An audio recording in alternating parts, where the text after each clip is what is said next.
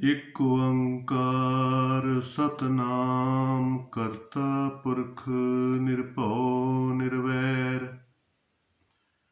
ਅਕਾਲ ਮੂਰਤ ਅਜੂਨੀ ਸਹਿਭੰਗ ਗੁਰ ਪ੍ਰਸਾਦ। ਜਪ ਆਦਿ ਸਚ ਜੁਗਾਦ ਸਚ ਹੈ ਭੀ ਸਚ ਨਾਨਕ ਹੋਸੀ ਭੀ ਸਚ। ਡੰਡੌਤ ਬੰਧਨ ਅਨਕ ਬਾਰ ਸਰਬ ਕਲਾ ਸਮਰੱਥ ਡੋਲਨ ਤੇ ਰਾਖੋ ਪ੍ਰਭੂ ਨਾਨਕ ਦੇ ਕਰ ਹੱਥ।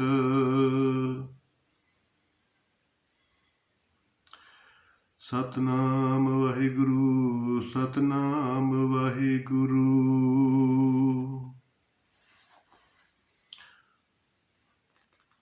ਸਾਧ ਸੰਗਤ, ਪਰਮੇਸ਼ਰ ਪਰਮਾਤਮਾ ਜੀ ਨੇ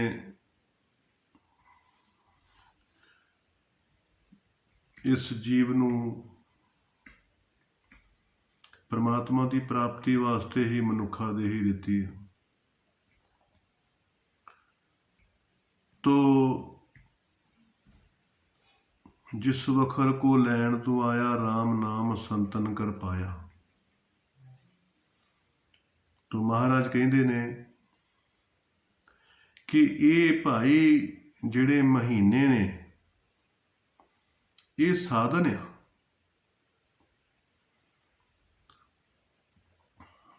ਔਰ ਹਰੇਕ ਰੁੱਤ ਜਿਹੜੀ ਹੈਗੀ ਆ ਉਹ ਪ੍ਰਮਾਤਮਾ ਦੇ ਚਰਨਾਂ ਦੇ ਨਾਲ ਜੋੜਦੀ ਆ।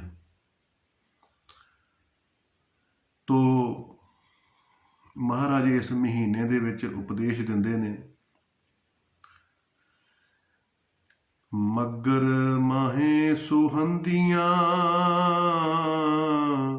ਹਰ ਪਿਰ ਸੰਗ ਬੈਠੜੀਆਂ ਤਿਨ ਕੀ ਸੋਭਾ ਕਿਆ ਗਣੀ ਜੇ ਸਾਹਿਬ ਮੇਲੜੀਆਂ।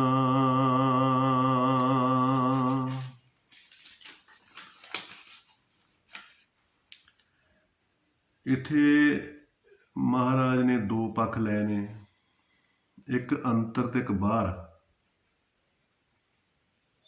ਹਰ ਪਿਰ ਸੰਗ ਬੈਠੜੀਆਂ। ਦੇਖੋ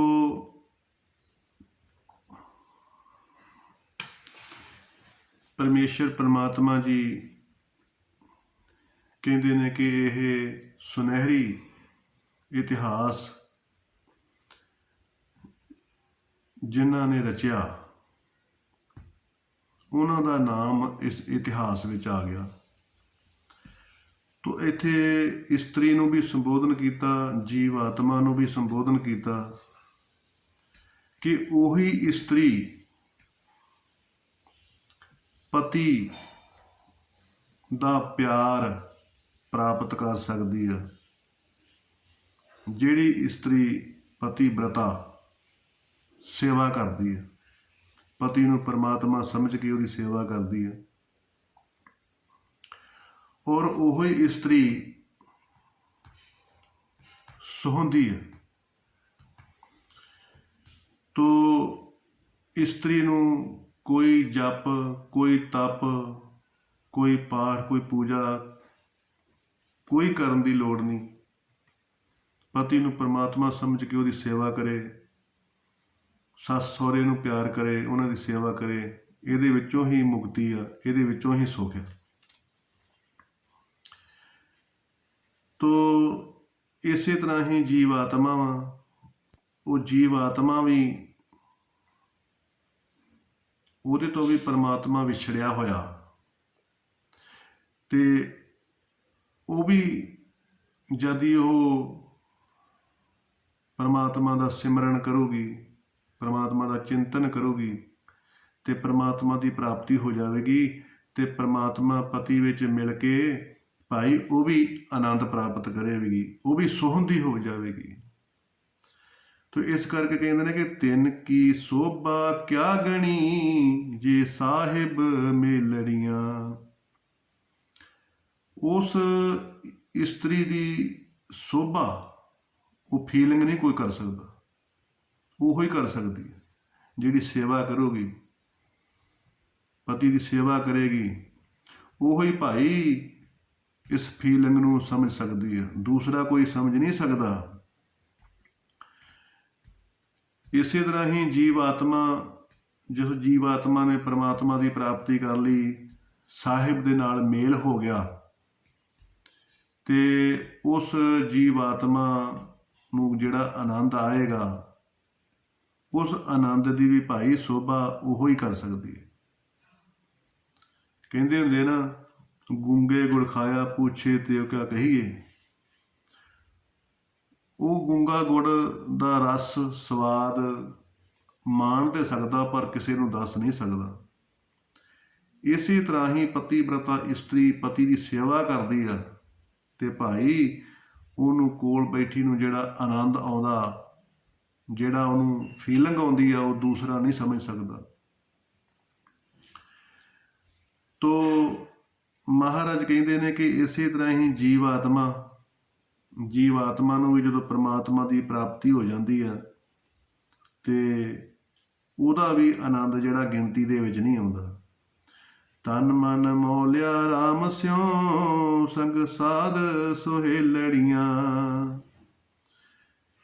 ਜਿਹੜੇ ਸੰਤ ਮਹਾਂਪੁਰਸ਼ ਨੇ ਭਾਈ, ਉਹ ਹੀ ਅਸਲੀ ਮਿੱਤਰ ਨੇ।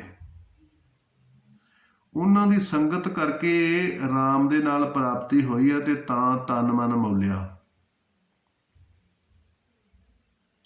ਕਿਉਂਕਿ ਜਦੋਂ ਮਨ ਮੌਲਿਆ ਨਾ, ਮਨ ਸ਼ਾਂਤ ਹੋਇਆ, ਤੇ ਫਿਰ ਤਨ ਜਿਹੜਾ ਹੈਗਾ ਉਹਦੇ ਵਿੱਚੋਂ ਵੀ ਵਿਕਾਰ ਚਲੇ ਗਏ, ਉਹਦੇ ਵਿੱਚੋਂ ਵੀ ਰੋਗ ਚਲੇ ਗਏ, ਤੇ ਉਹਨੂੰ ਵੀ ਸਹਿਜ ਦਾ ਸਕੂਨ ਪ੍ਰਾਪਤ ਹੋ ਗਿਆ। ਇਸ ਕਰਕੇ ਮਹਾਰਾਜ ਕਹਿੰਦੇ ਨੇ ਕਿ ਸਾਧ ਜਨਾਂ ਤੇ ਬਾਹਰੀ, ਸੇ ਰਹਿਣ ਅਕੇਲੜੀਆਂ। ਭਾਈ ਜਿਹੜੀ ਜੀਵ ਆਤਮਾ ਸਤ ਸੰਗਤ ਤੋਂ ਦੂਰ ਰਹਿੰਦੀ ਆ, ਸ਼ੁਭ ਗੁਣਾਂ ਤੋਂ ਦੂਰ ਰਹਿੰਦੀ ਆ, ਸੇਵਾ ਤੋਂ ਸਿਮਰਨ ਤੋਂ ਦੂਰ ਰਹਿੰਦੀ ਆ, ਪਰਉਪਕਾਰ ਤੋਂ ਦੂਰ ਰਹਿੰਦੀ ਆ, ਉਹ ਅਕੇਲੜੀ ਆ। ਉਹਦੀ ਜਿਹੜੀ ਬੁੱਧੀ ਆ, ਉਹਦੀ ਜਿਹੜੀ ਮੱਤ ਆ, ਉਹ ਇਕੱਲੀ ਆ, ਉਹਦੇ ਵਿੱਚ ਗਿਆਨ ਨਹੀਂ ਹੈਗਾ, ਉਹ ਗਿਆਨ ਵਿਹੂਣੀ ਆ। ਤੋ ਕਹਿੰਦੇ ਹੁੰਦੇ ਆ ਕਿ ਇਕੱਲਾ ਦਰਖਤ ਤੇ ਜੰਗਲ ਦੇ ਵਿੱਚ ਵੀ ਦੁੱਖ ਪਾਉਂਦਾ, ਪਤਾ ਨਹੀਂ ਕਿਹੜੇ ਵੇਲੇ ਹਨੇਰੀ ਨੇ ਉਹਨੂੰ ਨੁਕਸਾਨ ਪਹੁੰਚਾ ਦੇਣਾ।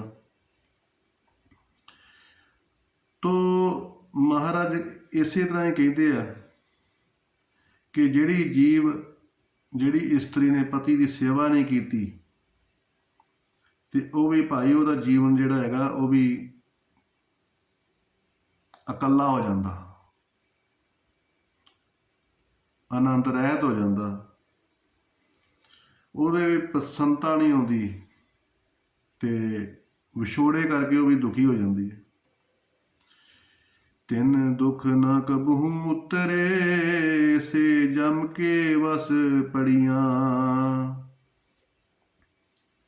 ਉਹਨਾਂ ਚਿਰ ਇਹ ਜਿਹੜਾ ਵਿਛੋੜੇ ਦਾ ਦੁੱਖ ਵਾ ਉਹ ਦੂਰ ਨਹੀਂ ਹੋ ਸਕਦਾ, ਜਿੰਨਾ ਚਿਰ ਭਾਈ ਆਤਮਾ ਦੀ ਪ੍ਰਾਪਤੀ ਨਹੀਂ ਹੁੰਦੀ।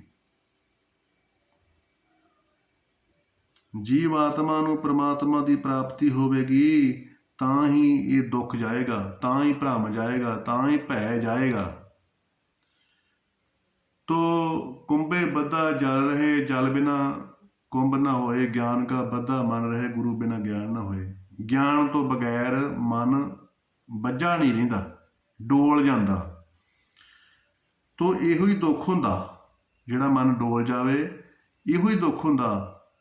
ਤੇ ਜਿਹੜਾ ਡੋਲਣਾ ਵਾ, ਤੋ ਭਾਈ ਇਹੋ ਹੀ ਜਮ ਹੁੰਦਾ,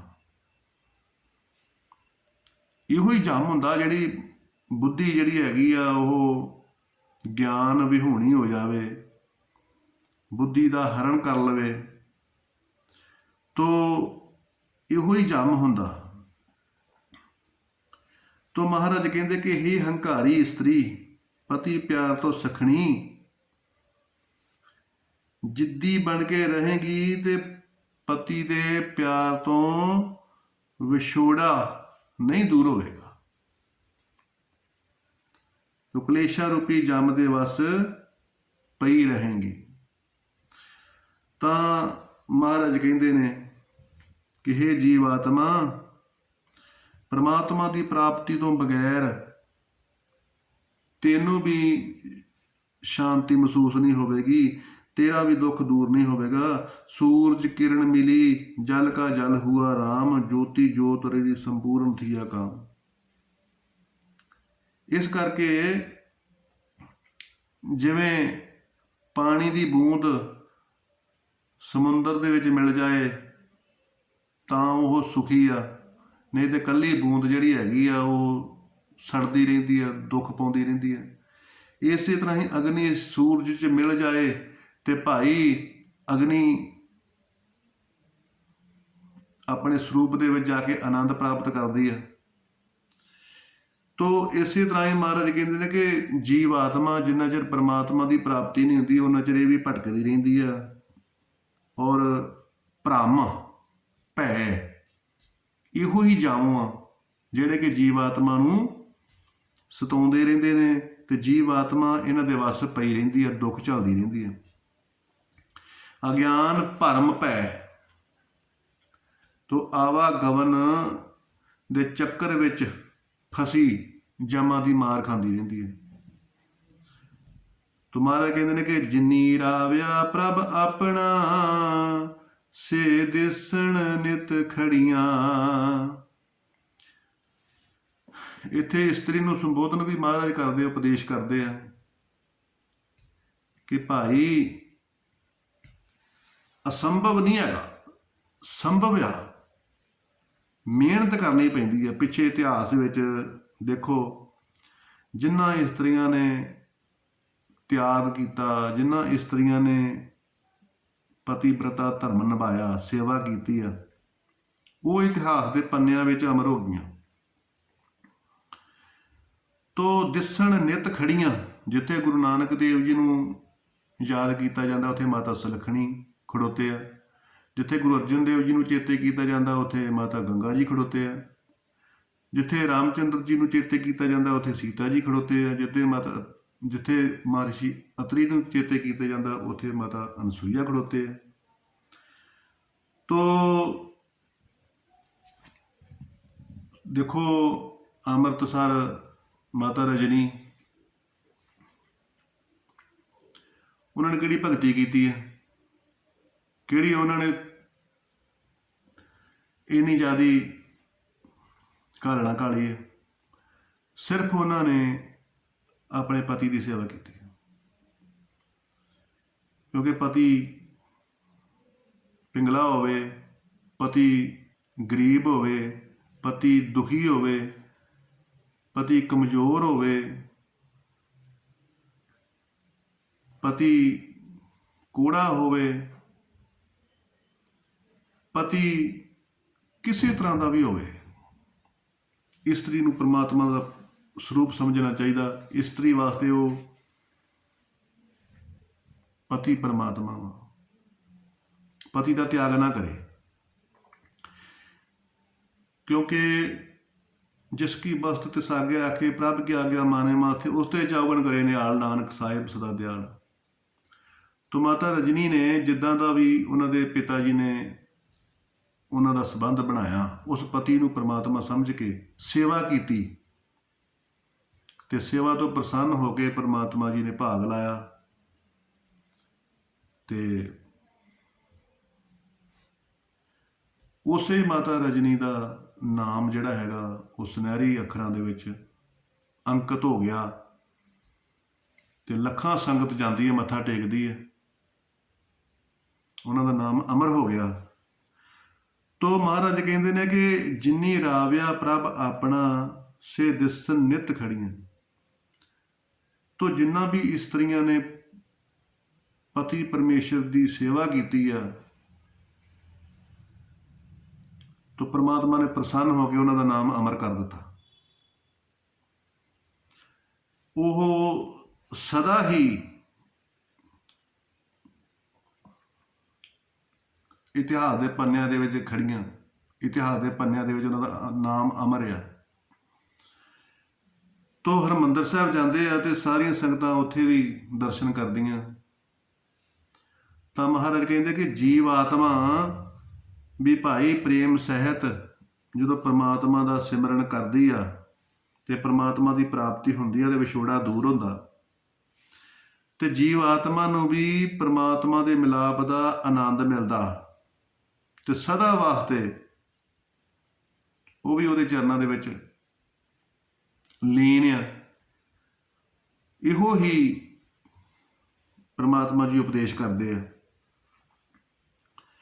ਕਿ ਰਤਨ ਜਵਹਿਰ ਲਾਲ ਹਰ ਕੰਠ ਤਿੰਨਾਂ ਜੜੀਆਂ। ਤੋ ਕਹਿੰਦੇ ਕਿ ਜਿੱਦਾਂ ਰਾਜਿਆਂ ਦੇ ਗਲਾਂ ਦੇ ਵਿੱਚ ਕੀਮਤੀ ਰਤਨਾਂ ਦੇ ਹਾਰ ਹੁੰਦੇ ਸੀ ਨਾ, ਉਹ ਉਹਨਾਂ ਦੀ ਸ਼ੋਭਾ ਵਧਾਉਂਦੇ ਸੀਗੇ। ਤੋ ਇਸ ਤਰ੍ਹਾਂ ਕਹਿੰਦੇ ਕਿ ਜਿਹੜੀ ਪਤੀਪ੍ਰਤਾ ਇਸਤਰੀ ਆ ਉਹਦਾ ਹਾਰ ਕੀ ਆ? ਨਿਵਣ ਸੁਵੱਖਰ ਖਿਮਣ ਗੁਣ ਜਿਹਬਾ ਮਣੀਆਂ ਮੰਤ, ਇਹ ਤ੍ਰੈ ਭੈਣੇ ਵੇਸ ਕਰ ਤਾਂ ਬਸ ਆਵੇ ਕੰਤ। ਤੋ ਕਹਿੰਦੇ ਕਿ ਜੇ ਪਤੀ ਨੇ ਕੁਝ ਕਹਿ ਦਿੱਤਾ ਤੇ ਇਹ ਨਹੀਂ ਵੀ ਇੱਕ ਦੀਆਂ ਦੋ ਸੁਣਾਉਣੀਆਂ, ਨਿਭ ਜਾਣਾ।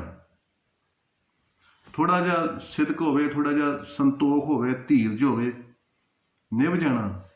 ਤੋ ਖਿਮਣ ਗੁਣ ਅੱਗੇ ਮਨ ਦੇ ਵਿੱਚ ਮਾਫ ਕਰ ਦੇਣਾ, ਮਨ ਦੇ ਵਿੱਚ ਮਾਫ ਕਰ ਦੇਣਾ। ਜੀਭਾ ਮਣੀਆਂ ਮੰਤ, ਅੱਗਿਓਂ ਭਾਈ ਜੀਭਾ ਤੋਂ ਸੁੰਦਰ ਬਚਨ ਉਚਾਰਨ ਕਰਨੇ ਜਿਹਦੇ ਨਾਲ ਪਤੀ ਦਾ ਮਨ ਸ਼ਾਂਤ ਹੋ ਜਾਵੇ। ਤੋ ਇਹ ਜਿਹੜੇ ਗੁਣ ਨੇ ਮਹਾਰਾਜ ਕਹਿੰਦੇ ਨੇ, ਇਹ ਗੁਣ ਹੀ ਇਸਤਰੀ ਦਾ ਸ਼ਿੰਗਾਰ ਆ। ਤੇ ਇਹ ਗੁਣ ਆ ਨਾ ਤੇ ਸਦਾ ਉਹਦਾ ਸਤਿਕਾਰ ਆ। ਤੋ ਇਸ ਕਰਕੇ ਮਹਾਰਾਜ ਜੀ ਕਹਿੰਦੇ ਨੇ ਕਿ ਜਿਹੜੀ ਜੀਵ ਆਤਮਾ ਵਾ ਉਹ ਜਦੋਂ ਉਹਨੂੰ ਪ੍ਰਮਾਤਮਾ ਦੀ ਪ੍ਰਾਪਤੀ ਹੁੰਦੀ ਆ ਤੋ ਫਿਰ ਪ੍ਰਮਾਤਮਾ ਦੇ ਜਿਹੜੇ ਦੈਵੀ ਗੁਣ ਨੇ, ਦਇਆ, ਸੰਤੋਖ, ਧੀਰਜ, ਖਿਮਾ, ਨਿਮਰਤਾ, ਸਹਿਜ, ਅਡੋਲਤਾ, ਇਹੋ ਹੀ ਜੀਵ ਆਤਮਾ ਦੇ ਫਿਰ ਸ਼ਿੰਗਾਰ ਹੋ ਜਾਂਦਾ। ਤੋ ਕਹਿੰਦੇ ਨੇ ਕਿ ਨਾਨਕ ਬਾਸ਼ੇ ਧੂੜ ਤਿਨ ਪ੍ਰਭ ਸਰਣੀ ਦਰ ਪੜੀਆਂ। ਤੋ ਮਹਾਂਪੁਰਸ਼ਾਂ ਦੀ ਚਰਨਾਂ ਦੀ ਧੂੜੀ ਮਹਾਰਾਜ ਕਹਿੰਦੇ ਨੇ ਪ੍ਰਾਪਤ ਹੋਵੇ, ਉਹਨਾਂ ਦੀ ਸੰਗਤ ਪ੍ਰਾਪਤ ਹੋਵੇ ਤੇ ਸੰਗਤ ਵਿੱਚੋਂ ਉਪਦੇਸ਼ ਪ੍ਰਾਪਤ ਹੋਵੇ ਤੇ ਭਾਈ ਮੈਂ ਵੀ ਆਪਣਾ ਜੀਵਨ ਸਫਲਾ ਕਰਾਂ, ਮੈਂ ਵੀ ਉੱਥੇ ਸਿੱਖਿਆ ਪ੍ਰਾਪਤ ਕਰਾਂ, ਉਪਦੇਸ਼ ਪ੍ਰਾਪਤ ਕਰਾਂ। ਪ੍ਰਮਾਤਮਾ ਦੇ ਚਰਨਾਂ ਦੇ ਵਿੱਚ ਬੇਨਤੀ ਕਰਨੀ ਚਾਹੀਦੀ ਹੈ ਕਿ ਮਹਾਰਾਜ ਸਾਨੂੰ ਵੀ ਪ੍ਰਮਾਤਮਾ ਦੀ ਸੰਗਤ ਮਿਲਾਓ, ਪ੍ਰਮਾਤਮਾ ਦਾ ਗੁਣ ਮਿਲਾਓ, ਪ੍ਰਮਾਤਮਾ ਦਾ ਪ੍ਰੇਮ ਮਿਲਾਓ। ਕਿਉਂਕਿ ਜਿਹੜੀ ਧੂੜ ਹੁੰਦੀ ਆ,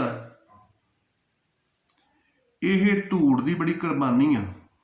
ਧੂੜ ਜਿਹੜੀ ਹੁੰਦੀ ਆ ਇਹ ਮਿੱਟੀ ਨਾਲੋਂ ਬਰੀਕ ਹੁੰਦੀ ਆ ਤੇ ਮਿੱਟੀ ਤੋਂ ਇਹ ਤਿਆਗ ਕਰਕੇ ਨਾ ਤੇ ਚਰਨ ਦੇ ਨਾਲ ਲੱਗ ਜਾਂਦੀ ਹੈ।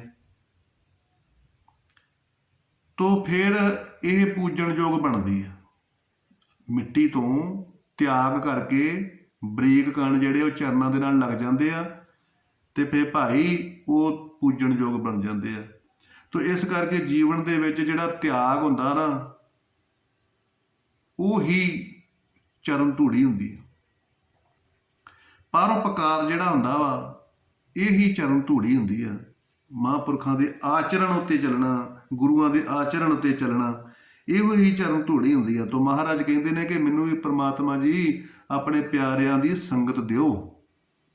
ਤੋ ਮੈਂ ਸੰਗਤ ਦੇ ਵਿੱਚ ਭਾਈ ਜਾ ਕੇ ਤੇ ਮੈਂ ਵੀ ਗਿਆਨ ਪ੍ਰਾਪਤ ਕਰਾਂ। ਤੋ ਮੱਗਰ ਪ੍ਰਭ ਆਰਾਧਨਾ ਬਹੁੜ ਨਾ ਜਨਮੜੀਆਂ। ਤੋ ਮਹਾਰਾਜ ਕਹਿੰਦੇ ਨੇ ਕਿ ਮੱਗਰ ਦੇ ਮਹੀਨੇ ਵਿੱਚ ਪ੍ਰਮਾਤਮਾ ਦੀ ਪ੍ਰਾਪਤੀ ਹੋ ਜਾਏ ਤੇ ਸੰਸਾਰ ਨਿਵਰਤ ਹੋ ਜਾਏ। ਤੋ ਇਸ ਤਰ੍ਹਾਂ ਜਨਮ ਮਰਨ ਦਾ ਜਿਹੜਾ ਆਵਾਗਮਨ ਆ, ਇਹਦਾ ਜਿਹੜਾ ਭੈ ਹੈ ਨਾ ਉਹ ਦੂਰ ਹੋ ਜਾਵੇ। ਕਿਉਂਕਿ ਜਦੋਂ ਪ੍ਰਮਾਤਮਾ ਦੀ ਪ੍ਰਾਪਤੀ ਹੁੰਦੀ ਆ ਤੋ ਪ੍ਰਮਾਤਮਾ ਦੀ ਪ੍ਰਾਪਤੀ ਜਦੋਂ ਹੁੰਦੀ ਹੈ ਨਾ ਤੇ ਜਿਹੜਾ ਜਨਮ ਮਰਨ ਦਾ ਜਿਹੜਾ ਭੈ ਆ ਉਹ ਭੈ ਦੂਰ ਹੋ ਜਾਂਦਾ ਤੇ ਇਹੋ ਹੀ ਜਨਮ ਮਰਨ ਤੋਂ ਛੁਟਕਾਰਾ ਹੁੰਦਾ। ਜਿਹੜਾ ਜਨਮ ਮਰਨ ਦਾ ਅੰਦਰ ਸ਼ੰਕਾ ਰੜਕਦਾ ਰਹਿੰਦਾ, ਇਹੋ ਹੀ ਜਨਮ ਮਰਨ ਦੁੱਖ ਵਾ। ਤੇ ਜਦੋਂ ਗਿਆਨ ਹੋ ਜਾਂਦਾ ਤੇ ਫਿਰ ਸ਼ੰਕਾ ਨਿਵਰਤ ਹੋ ਜਾਂਦਾ, ਮੈਂ ਤੇ ਪਰਮਾਤਮਾ ਦਾ ਸਰੂਪ ਆ। ਜੋ ਬ੍ਰਹਮੰਡੇ ਸੋਈ ਪਿੰਡੇ, ਜੋ ਖੋਜੇ ਸੋ ਪਾਵੇ। ਮਨ ਤੂੰ ਜੋਤ ਸਰੂਪ ਹੈ ਆਪਣਾ ਮੂਲ ਪਛਾਣ, ਕਿ ਮੈਂ ਤੇ ਜੋਤ ਸਰੂਪ ਆ, ਮੈਂ ਤੇ ਬ੍ਰਹਮ ਸਰੂਪ ਆ, ਮੈਂ ਤੇ ਅਕਾਲ ਪੁਰਖ ਵਾਹਿਗੁਰੂ ਦਾ ਸਰੂਪ ਆ। ਤੇ ਇਹ ਪਛਾਣ ਹੋ ਜਾਂਦੀ ਆ ਤੇ ਫਿਰ ਜਿਹੜਾ ਜਨਮ ਮਰਨ ਦਾ ਜਿਹੜਾ ਭੈ ਸੀ ਨਾ ਪਹਿਲੋਂ, ਉਹ ਨਿਵਰਤ ਹੋ ਜਾਂਦਾ। ਤੋ ਮਹਾਰਾਜ ਜੀ ਕਹਿੰਦੇ ਨੇ ਕਿ ਮੱਗਰ ਪ੍ਰਭ ਆਰਾਧਨਾ, ਬਹੁੜ ਨਾ ਜਨਮੜੀਹਾ। ਕਹਿੰਦੇ ਮੱਗਰ ਦੇ ਮਹੀਨੇ ਦੇ ਵਿੱਚ ਮਿੱਠੀ ਰੁੱਤ ਆ, ਠੰਡੀ ਰੁੱਤ ਆ। ਤੋ ਇਸ ਮਿੱਠੀ ਠੰਡੀ ਰੁੱਤ ਦੇ ਵਿੱਚ ਭਾਈ ਪ੍ਰਮਾਤਮਾ ਦਾ ਸਿਮਰਨ ਕਰੋ, ਸੇਵਾ ਕਰੋ ਅਤੇ ਪ੍ਰਮਾਤਮਾ ਦੀ ਪ੍ਰਾਪਤੀ ਕਰੋ। ਤੇ ਪ੍ਰਮਾਤਮਾ ਦੀ ਪ੍ਰਾਪਤੀ ਦੇ ਨਾਲ ਜਿਹੜਾ ਜਨਮ ਮਰਨ ਦਾ ਜਿਹੜਾ ਭੈ ਆ ਉਹ ਦੂਰ ਹੋ ਜਾਵੇਗਾ ਤੇ ਜਨਮ ਜਿਹੜਾ ਉਹ ਸਫਲਾ ਹੋ ਜਾਵੇਗਾ। ਤੇ ਲੋਕ ਸੁਖੀਏ ਪਰਲੋਕ ਸੁਹੇਲੇ, ਨਾਨਕ ਹਰ ਪ੍ਰਭ ਆਪੇ ਮੇਲੇ ਬਣ ਜਾਏਗਾ। ਨਾਨਕ ਨਾਮ ਚੜ੍ਹਦੀ ਕਲਾ, ਤੇਰੇ ਭਾਣੇ ਸਰਬੱਤ ਦਾ ਭਲਾ।